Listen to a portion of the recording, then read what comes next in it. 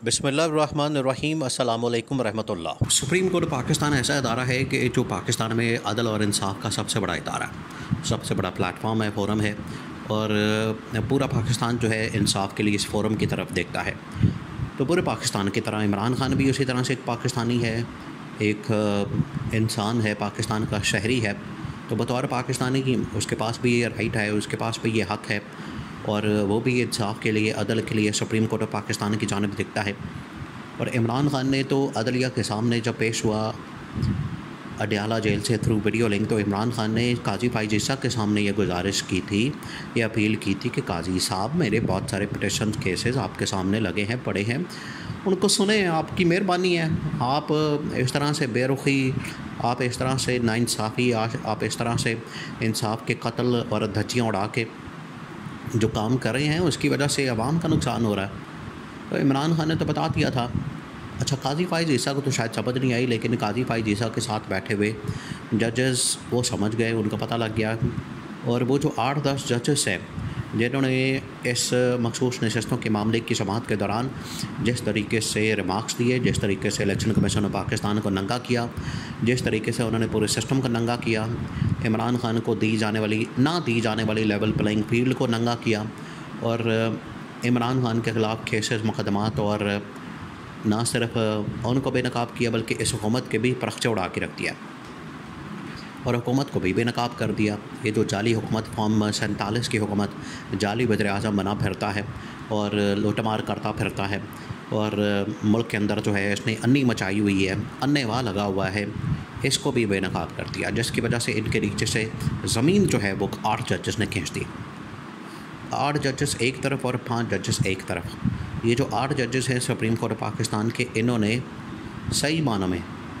Supreme court का आला तरीन, मुअज़्ज़ज़ तरीन जज होने का हक़ अदा कर दिया और पूरी पाकिस्तानी कौम का दिल जीत लिया। ना सिर्फ पाकिस्तानी कौम का बल्कि दुनिया भर के अंदर जब इस ख़बर को पब्लिश किया गया तो उनका नाम जो है वो अब तारीख़ के अंदर अमर हो गया है। ये कोई छोटा मामला नहीं है। देखिए, इस्टेब्लिशमेंट ने भी इस बात को एहसास महसूस किया है, उनको भी इस चीज़ का एहसास हुआ है कि किस तरीके से ये जो ख़बर है पूरी दुनिया के अंदर फैल गई। और 8 जजेस ने जिस तरीके से आइन और क़ानून की बालादस्ती, हुक्मरानी और जमहूरियत की बहाली और पाकिस्तान में जो वोट की इज़्ज़त है उसको जो कायम किया, उसको जो बहाल किया, 8 जजेस ने सही मानों में सुप्रीम कोर्ट का जज होने का हक़ अदा कर दिया। और साथ ही साथ जो काजी फाइज ईसा है वो भी लोगों के सामने आ गया, उसका चेहरा भी लोगों के सामने आ गया। देखिए, ये जो गेम डालने की कोशिश हो रही थी, ये जो मंसूबा बना हुआ था, ये जो प्लान बना हुआ था कि इमरान खान को सिस्टम से निकालना है, इमरान खान को किसी तरह से हमने जेल में रखना है, और ना सिर्फ जेल में रखना है, सिस्टम से निकालना है, बल्कि इसकी मखसूस नशस्तें और एक एक करके ये जो इसकी पार्टी के कुछ लोग, बच्चे कुचे लोग हैं, इनको भी हमने तोड़ना है। आज देखें, पाकिस्तान के अंदर कभी फॉरवर्ड ब्लॉक बनाने की बात होती है पीटीआई के, कभी इमरान खान के बंदे तोड़ने की बात होती है, कभी इमरान खान के बंदे इधर उधर करने की बात होती है, कभी इनके वर्कर्स, सपोर्टर्स और कारकुन, उनको भगाने की, उनको तोड़ने की, उनको तितर बितर करने की, उनके ऊपर घर के छापे, उनकी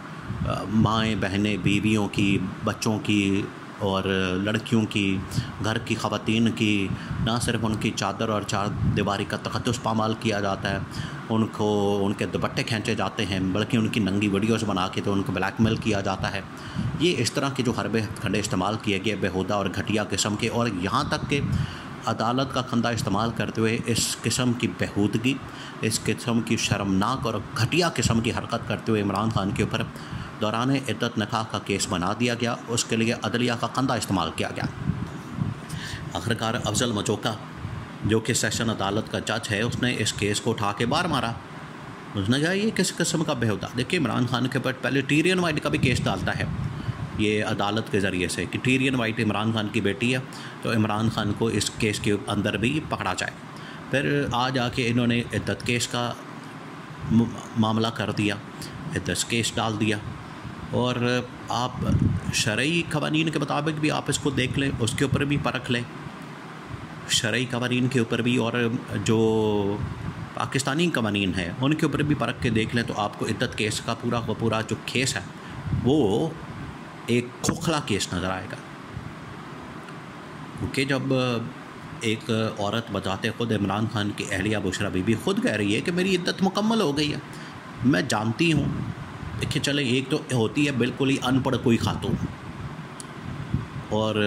उसे इन चीज़ों का ना पता कि ना उसको शरीयत का पता है ना उसको कानून का पता है, उसको भी अपनी जो माहवारी या डेज़ वगैरह या बाकी जो पीरियड्स वगैरह उसका पता होता है,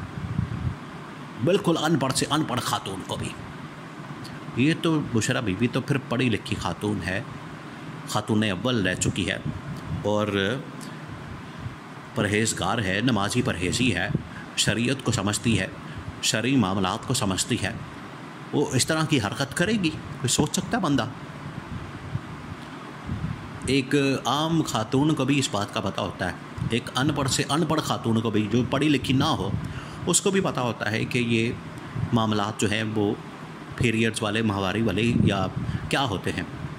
तो ये कह रहे हैं कि ओन चौधरी आके बता रहे हैं कि इसके डेज़ नहीं ख़त्म हुई या इसकी इद्दत नहीं मुकम्मल हुई या इसके वो जो अयाम मखसूस है वो पूरे नहीं हुए और इसको अभी तक